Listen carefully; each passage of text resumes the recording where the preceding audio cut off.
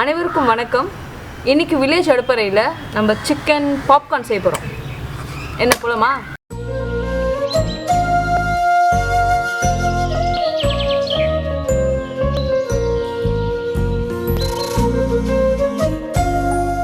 So chicken வந்து நான் 1 kilo எடுத்திருக்கேன். இது நான் வாஷ் பண்ணி வச்சுருக்கேன். 1 கிலோ சிக்கன் இது. நான் இதை நல்லா வாஷ் பண்ணி மஞ்சத்தூள் போட்டு வச்சுருக்கேன். மஞ்சத்தூள் ஏன் போடுறோன்னா கவிச்சி ஸ்மெல் அடிக்காது, அதனால் மஞ்சத்தூள் போட்டு வச்சுருக்கேன். ஸோ நல்லா வாஷ் பண்ணிவிட்டு மஞ்சத்தூள் போட்டதுக்கப்புறம் கழுவ வேண்டாம், அப்படியே சும்மா பரட்டி மட்டும் வச்சுட்டா போதும். ஓகே. இது இந்த பாப்கார்ன் சிக்கன் வந்து செய்கிறதுக்கு ஒரு மணி நேரத்துக்கு முன்னாடியே வந்து இது நல்லா சிக்கனை வந்து மசாலாலாம் போட்டு ஊற வச்சிடணும். ஓகேவா? ஊற வச்சதுக்கப்புறம் தான் ஒரு 1 ஹவர், எனக்கு தெரிஞ்சு நைட்டு நம்ம மசாலாலாம் போட்டு ஊற வச்சுட்டு மார்னிங் போட்டால் சூப்பராக இருக்கும். ஸோ நான் ஒரு 1 ஹவர் கழித்து நான் போட போகிறேன். ஸோ நான் சொல்கிறேன் எப்படி இருக்கும்னு. ஸோ இதுக்கு தேவையான பொருளாக என்னன்னு சொல்லிடுறேன். சொல்லுங்க. இது வந்து ஒரு 50 கிராம் பூண்டு, ஒரு 50 இஞ்சி, 4 பச்சை மிளகா அப்படியே ராவாக அரைச்சி வச்சுருக்கேன். ஸோ இதை அப்படியே எடுத்து இதில் போடுறோம்.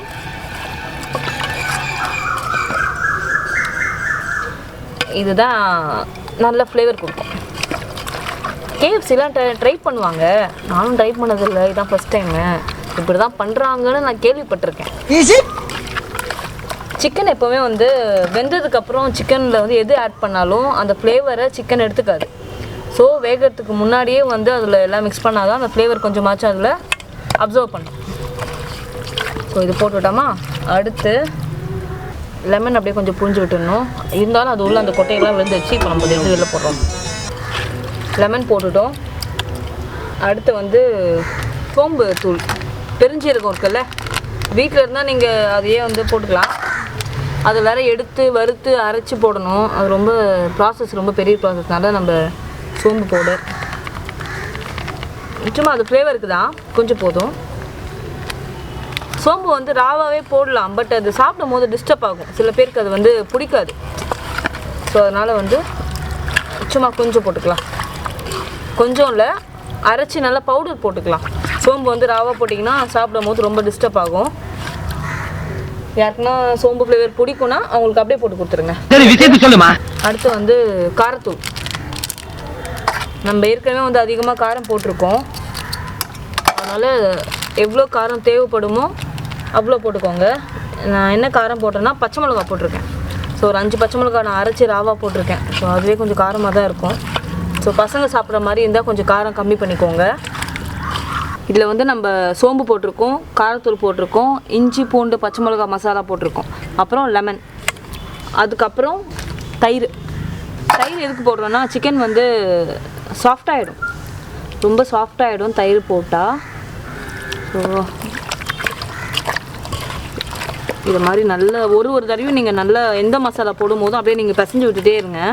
அப்போ தான் வந்து நல்லா மிங்கிள் ஆகும். ஓகே.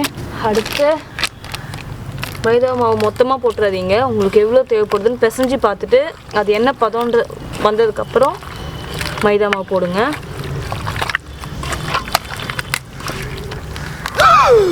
ஐயோ, இவ்வளோ போதும்.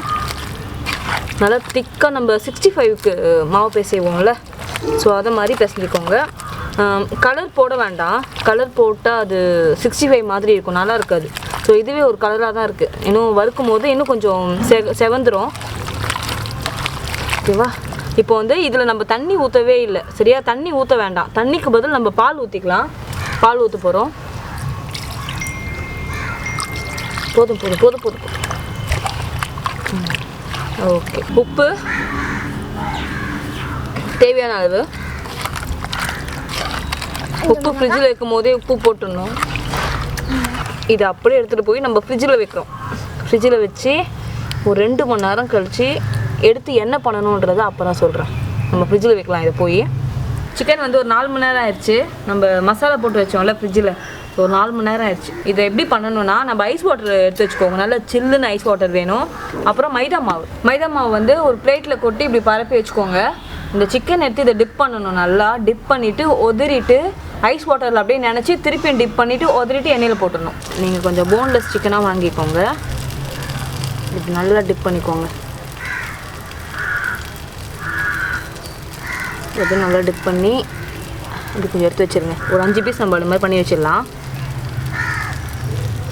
இதை டிப் பண்ணி வச்சோம்ல, இதை அப்படியே கொஞ்சம் உதறுங்க. உதறிட்டு அப்படியே ஐஸ் வாட்டர் முக்கி எப்படி எடுங்க. பிறகு அப்படியே திருப்பி பண்ணுங்க. நன்கு ஆற வைத்து ஐஸ் தண்ணியில் போட்டு நல்லா டிப் பண்ணிவிட்டு திருப்பி மாவில் போட்டுருக்கோம். இது பார்த்தீங்கன்னா இது நல்லா இப்படி உதறி விடணும். இது அப்படியே சிப்ஸ் மாதிரி இருக்குது. மேலே கார்ன் ஓட்டினா அப்படி இருக்கும், அதே மாதிரி இருக்குது. நன்கு கொதிக்க வைக்க வேண்டும். சீக்கிரம் அள்ளி போடு.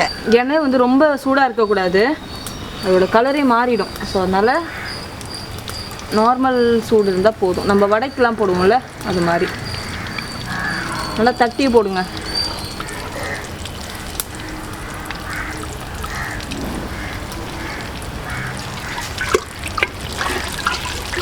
நம்ம அடுத்த செட் போடும்போது நல்ல ஐஸ் தண்ணியில் டிப் பண்ணிவிட்டு திருப்பி மாவில் பண்ணுறோம்ல, ஸோ அப்போ வந்து நல்லா உதறிட்டு போடலாம். அந்த மேலே இருக்க அந்த லேயர் வந்து ரொம்ப திக்காக இருக்குது. ஸோ நம்ம உதறிட்டு போட்டால் பெட்டராக இருக்கும்னு நினைக்கிறேன். அதிகமாக சிக்கன் வெந்துட்டுருக்கோம். ஒரு 5லேருந்து 6 நிமிஷம் தான். சிக்கன் வந்து அதிகமாக வெந்துச்சுன்னா வந்து என்ன ஆகுனா ஹார்டாகிடும்.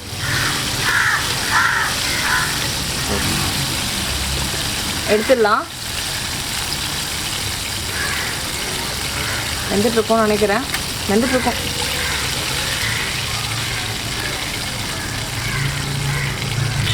பாப்கார்ன் சிக்கன் ரெடி ஆயிடுச்சு. சூடாக இருக்குது. இது அப்படியே கொஞ்சம் ஆறினவுடனே கூட வந்து டொமேட்டோ சாஸ் வச்சு சாப்பிட்டா சூப்பராக இருக்கும். ட்ரை பண்ணி பாருங்கள். இல்லை மைனஸ் வச்சு சாப்பிட்டா நல்லாயிருக்கும்.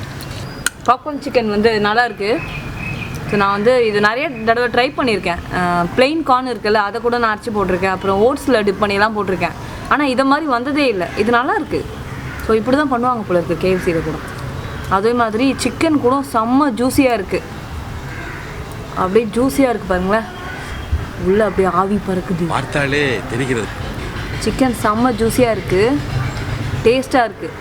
மாவு வந்து நம்ம ஐஸ் வாட்டரில் டிப் பண்ணுறோம்ல, அது ஏன் தெரியுமா? அந்த மாவு வந்து போடும்போது எண்ணெயில் தனியாக பிரிஞ்சு போயிடும். நான் போட்டிருக்கேன்.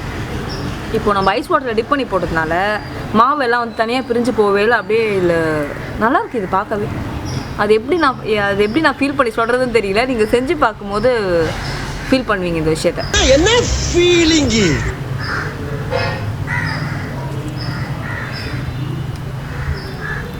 இந்த வீடியோ பிடிச்சிருந்தா லைக் பண்ணுங்கள், ஷேர் பண்ணுங்கள், கமெண்ட் பண்ணுங்கள், மறக்காமல் சப்ஸ்கிரைப் பண்ணுங்கள். பை.